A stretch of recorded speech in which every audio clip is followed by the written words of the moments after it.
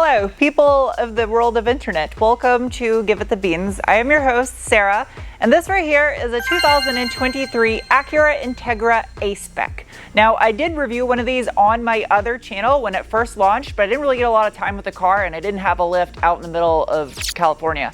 So today, I'm gonna get this thing up in the air. We're gonna nerd out in the tech specs, see what differs on this than the 11th Gen Civic Si, and then I will do a second bean assessment just for verification purposes.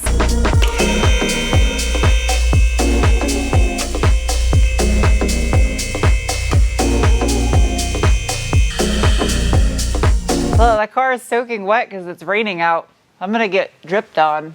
First thing you'll notice out back is it does share the same exhaust system as the 11th Gen Civic Si with these little curly Q trumpets that increase exhaust flow while eliminating fart can effect. This thing actually sounds good. That's weird. The sound deadening looks like denim, like the bottom of the trunk is wearing a pair of pants. It actually feels like denim.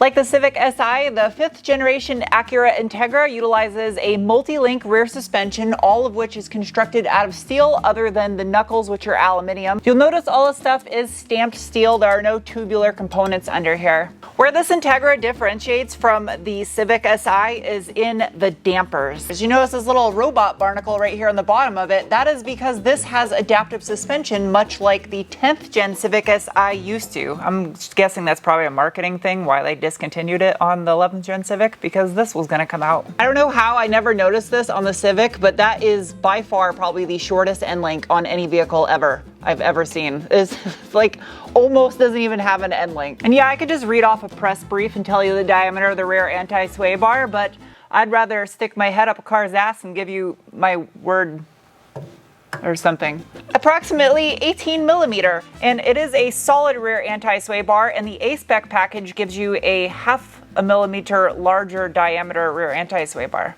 What's weird about this 5th gen Integra, codenamed DE4, is the fact that this is the most loaded model. The A-Spec technology package was 6-speed manual, and it's actually the lightest version you can get, weighing in at 3,073 pounds, which is still quite a bit heavier than the Civic Si, which was 2,900 and change. You know, I just realized one thing that this has that the Civic Si doesn't. The entire underside of this car is covered in that hairy cardboard sound deadening, whereas the Civic, it's all plastic. I much prefer the plastic. Same exact mid-pipe as the Civic Si, it looks like. It says Honda right on here. It has an arrow pointing towards the front. That's weird. And for those of you that are wondering power-wise, or you want to put an aftermarket exhaust on one of these, the factory piping outside diameter is approximately 60 millimeter. And if you don't know metric, then have fun trying to figure out that shit. 2.38 something.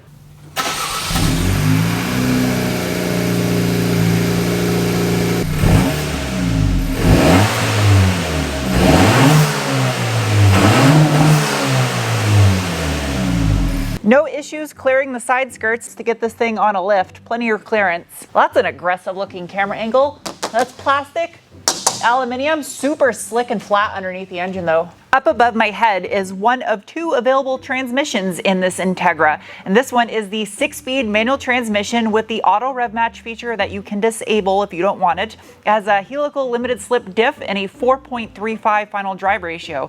There is an available automatic, it's a CVT, and it's only available on the lower trim specs of the Integra.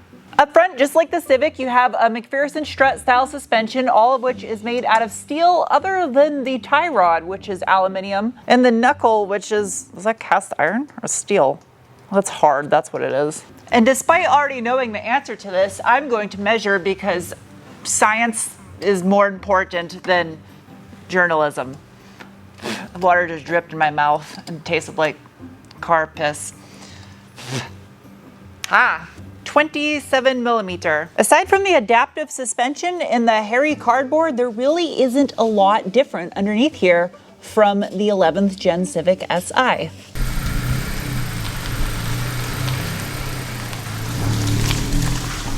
It's time for the braking test. It's really wet out. No one behind me. Here goes. Ooh, wow. That was impressive considering how wet it is.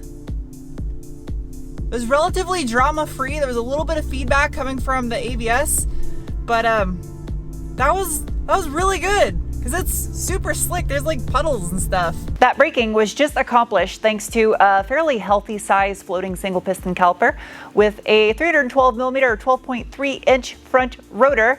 The wheels, they are an 18x8 gloss gunmetal die-cast alloy, and they're wrapped in a set of 235/40 Conti Pro Contact all-season tires. That's the big difference between this and the SI I drove. That one had summer tires on it. Even though this did a fairly good job on the braking test, one thing I would like to have seen on the A-Spec edition is just a slightly bigger front brake than what you get on a Civic Si. Out back, things are even tinier. It's another single pot caliper with an 11.1 inch or 282 millimeter rotor, wheel and tire, same size as you get up front. I have done this once before, but this will just verify my results from the video I did on my other channel. So bull steering assessment, I doubt has changed at all because it's the same seat.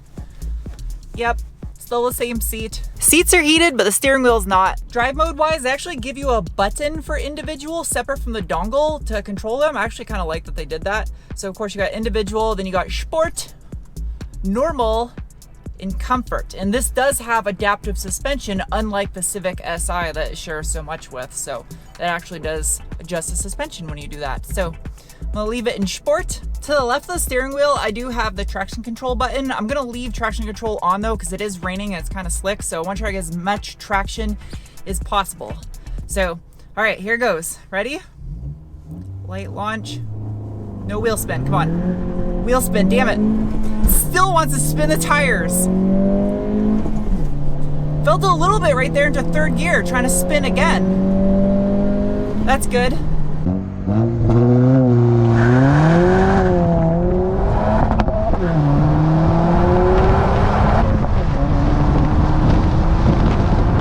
Man, this feels quicker than the Civic Si, I swear. I feel like it pulls harder when you can feel the variable valve timing, the VTEC engaging. Hood pop. Do. Wow, that's super light. I feel like because it's an Acura, it should have hood struts, not a rod. At least they give you a rubber part. Oh, that's neat. It's got a little rubber doodad for the airbox. With this being an Acura, I'm surprised they didn't do something fancy to like dress up the radiator core support area and make it cleaner looking. Underneath the hood of the 2023 Acura Integra is the same engine found in the 11th gen Civic Si, allegedly. Factually, it is the L15CA, which is an all aluminum, dual overhead cam, 1.5 liter direct injected turbocharged 4-cylinder that produces 200 horsepower, my ass, at 6,000 RPM and 192 pound-feet of torque from 1,800 to 5,000 RPM. The only reason why I'm saying that is because the company Honda supposedly dynoed a new 11th gen Si and it put down 222 horsepower and 233 pound-feet of torque, which is way more than 200 horse and 192 pound-feet of torque. So it's definitely sandbagging. These L15CAs are paired with an MHI TD03 twin scroll turbo running at a peak of 17.8 PSI, which is kind of conflicting because Acura's data shows this is a single scroll turbo, but yet their same data also verifies by the exhaust manifold, which is cast into the cylinder head, has 2 exhaust ports going to one chamber and 2 exhaust ports going to the other chamber on the turbo, which is how you configure a twin scroll turbo. So it spools up both scrolls. So it's a twin scroll turbo. It's not different on the Integra than the Civic. Pretty much the only difference underneath here from the Si is that little badge on the valve cover. You can tell that it's an L15CA by the way that it is. If you look at the positioning of the shock tower right here, it is definitely behind where the actual engine sits, and that's because this thing has a 60-40 weight distribution, so it's kind of front heavy. Digging in a little bit deeper on the L15CA, it is a die-cast alloy block with cast iron cylinder liners, aluminum heads, a forged steel crankshaft, as well as heat forge and crack-separated connecting rods, which, if you don't know what that means, that's essentially how Emeril Lagasse makes eggs better than Gordon Ramsay. He forges them and crack separates them. I don't know.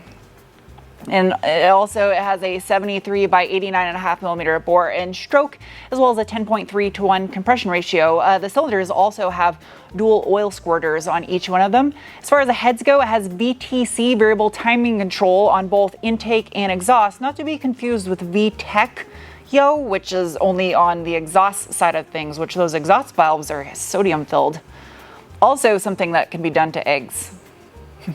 that actually made sense. That's the first thing all fucking day. Clearly that's where the washer fluid goes because emoji, but the coolant expansion chamber, that's a super vague looking cap. Like it's just clear, just like the bottle.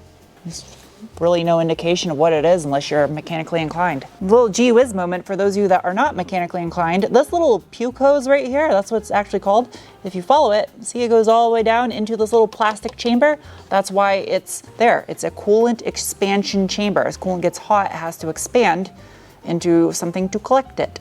Ease of maintenance wise, the intake manifold, it's kind of tucked back there in the back of the engine bay. It's not super cramped though. Getting to the steering rack might be a little challenging, but got like a little circuit city going on over here. A fuse box, battery, as well as the ECU up here in the engine bay. I love that the fuel lines have this weird purple zinc finish to them. And also, look how adorable the little oil dipstick handle is. It's orange.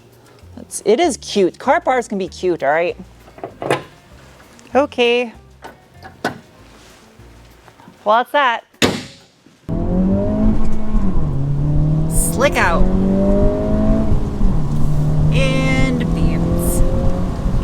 This is the first time we get to drive this thing in the rain.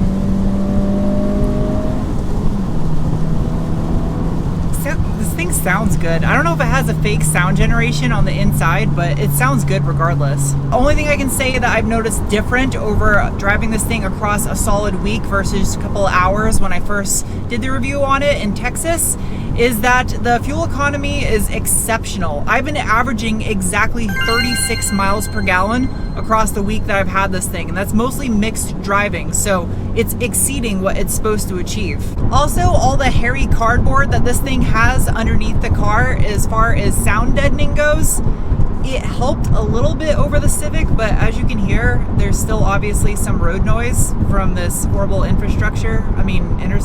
The extra price of this over the Civic Si, I feel is worth it with all the extra tech features you get inside here. I like the fact that the infotainment system has physical buttons off to the side as well as a physical volume knob and tuning buttons, and the ELS sound system is on point. It's really good in here. It even has speakers up here in the ceiling above your head. Down here at the bottom it says smart shortcuts with a weird looking brain.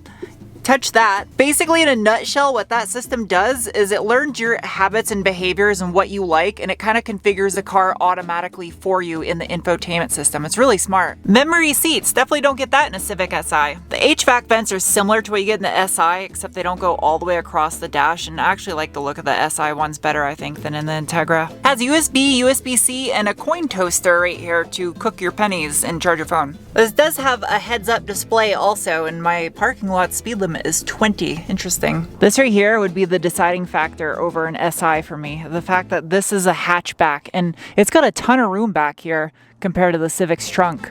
So yes, this is the better Si. It's now time to see where this thing ranks against the others. And if you haven't checked out my main channel, I have redone my scoring system over there. This channel is now finally catching up. It's a 1 to 10 scale with the addition of the squid score. And if you don't know what any of that stuff means, someone in the comment section will help you out. There's lots of friendly people out there in this world. First is the bean score. This Integra gets a rating of.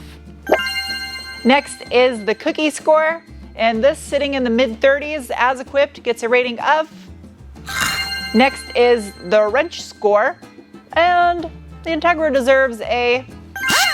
Followed by the squid score. And the Integra is getting a rating of. Lastly is the penguin score. And the A-Spec 6-speed manual technology pack equipped Integra gets a rating of. Closing thoughts, if you're on the fence between this and a Civic Si, I would actually go for the Integra. Anyway, I hope you guys enjoyed this review. I'll see you soon with another. Bye.